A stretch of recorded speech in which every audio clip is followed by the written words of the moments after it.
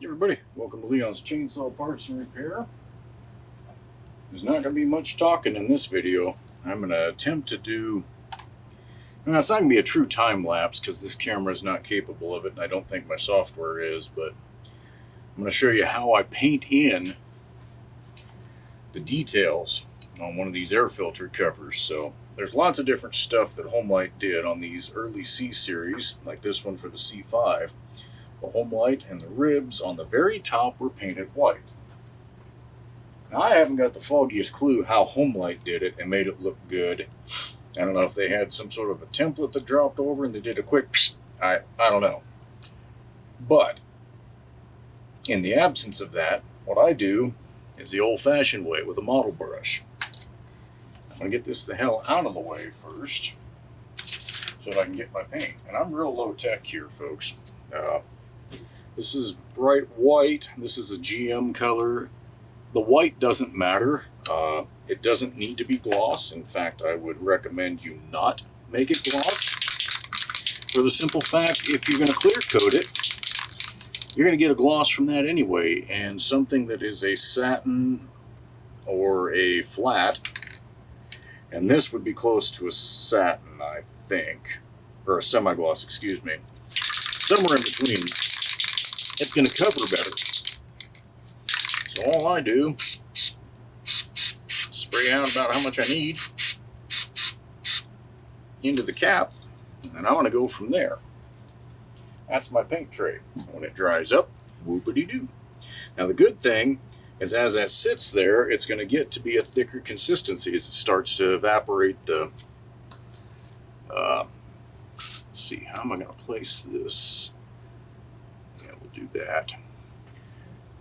As it starts to dry in the cap there, the top coat on these ribs will look a lot better. So typically I end up having to do 2 coats, which becomes a hand management issue. So you got to have a steady hand and be able to do this, you know, without, because that's a bad day right there. Alright, I think I'm about centered there. Okay. And I say this is where I shut up and I start painting.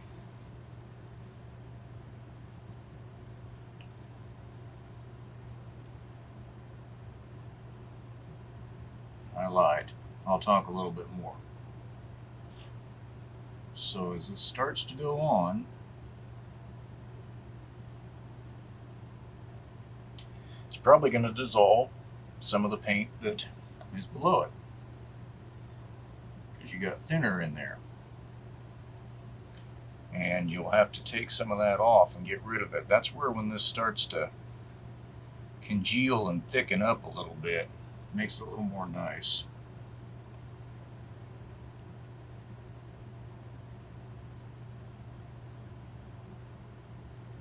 You can see this is not a quick process by any stretch. And it's tempting. I'm going back because I found a little bit of paint that's, yeah, that's doing better. A little bit thicker over here. It actually helps to spray that in the cap maybe 10 minutes before you want to start. Then you get some really good stuff. And you should resist. Like, see what I just did there? I'll have to zoom in. Hopefully you guys will be able to see it.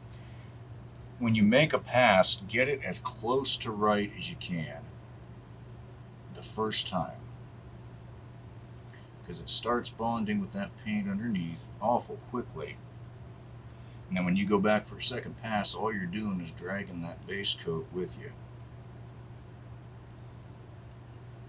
Which again, you're going to be making 2 coats anyway, but you want to do that as minimally as possible. So that first layer that goes down, try to be happy with it. Try to get it to where it looks good first, maybe second pass of the brush. I'm just dabbing in a few areas there.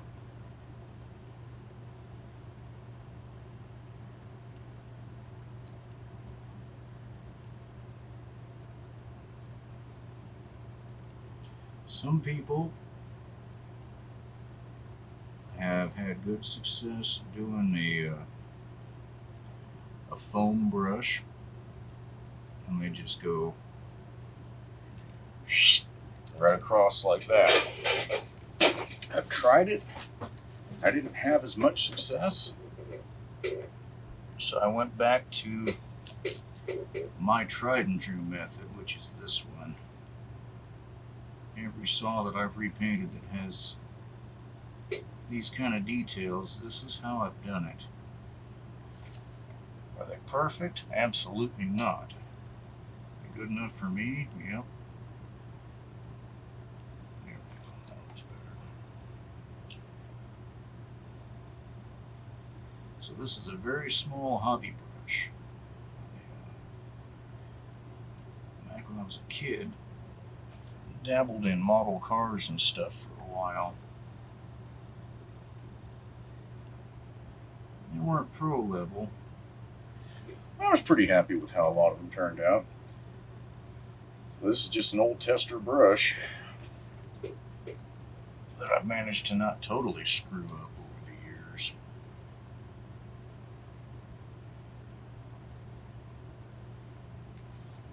Like I say, it does require a fairly steady hand.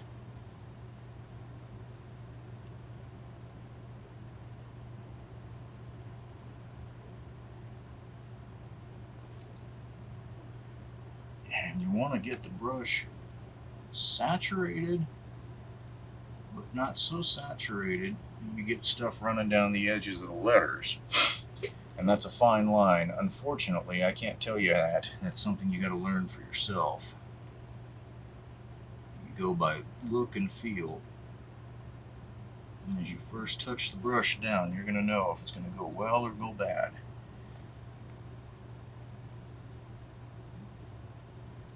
This stuff dries quickly. That's part of why I like using this particular stuff.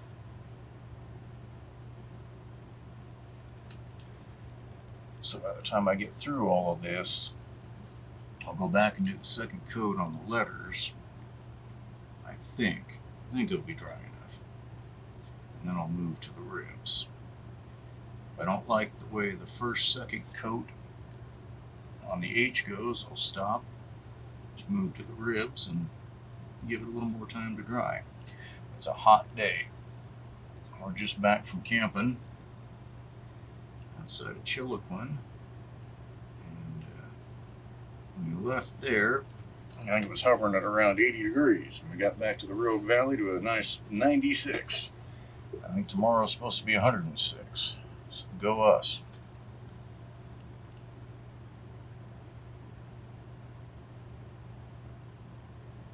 Oh yeah, that's going good. Paint's getting to be nice. Actually so hot today, I'll probably have to spray a second batch in that cap before I'm done. We'll see. Oh, look, that center is way less congealed. Okay. So that, I almost got too much. Whew, that was close. Alright. Yeah, I'm not sure about that.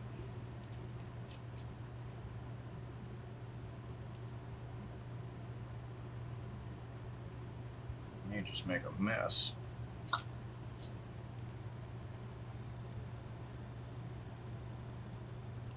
yeah. Oh yeah. I got just a hair sloppy.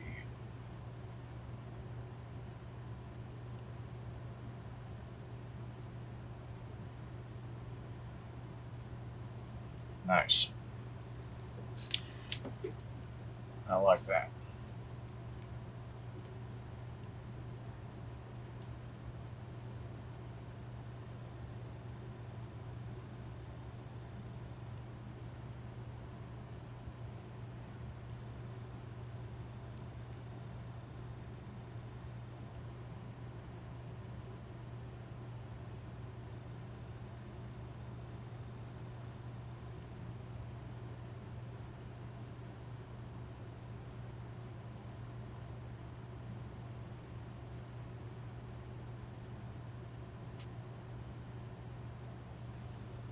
bad. For not having done this for a couple of years, I'm feeling pretty good about this.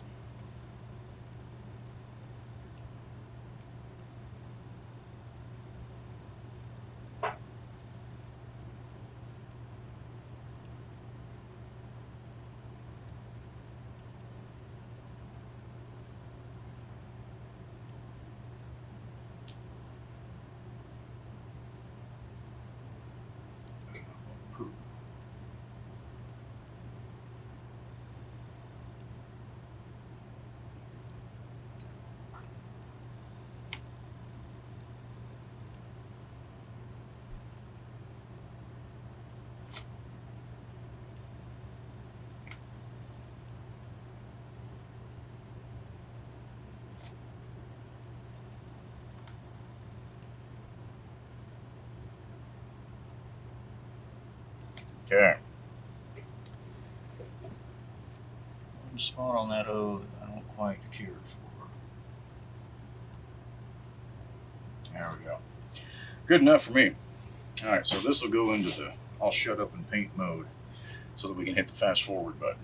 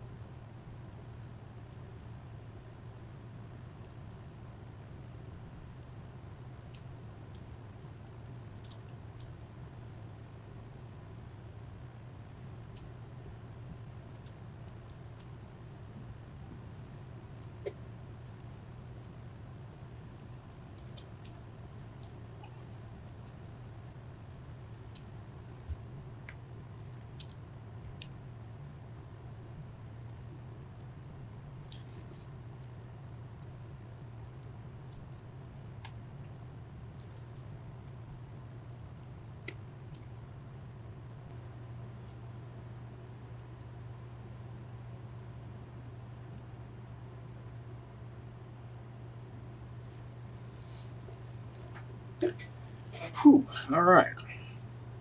Well, when you get done with this process, if your neck and back don't hurt, you're doing something wrong. So, there you go.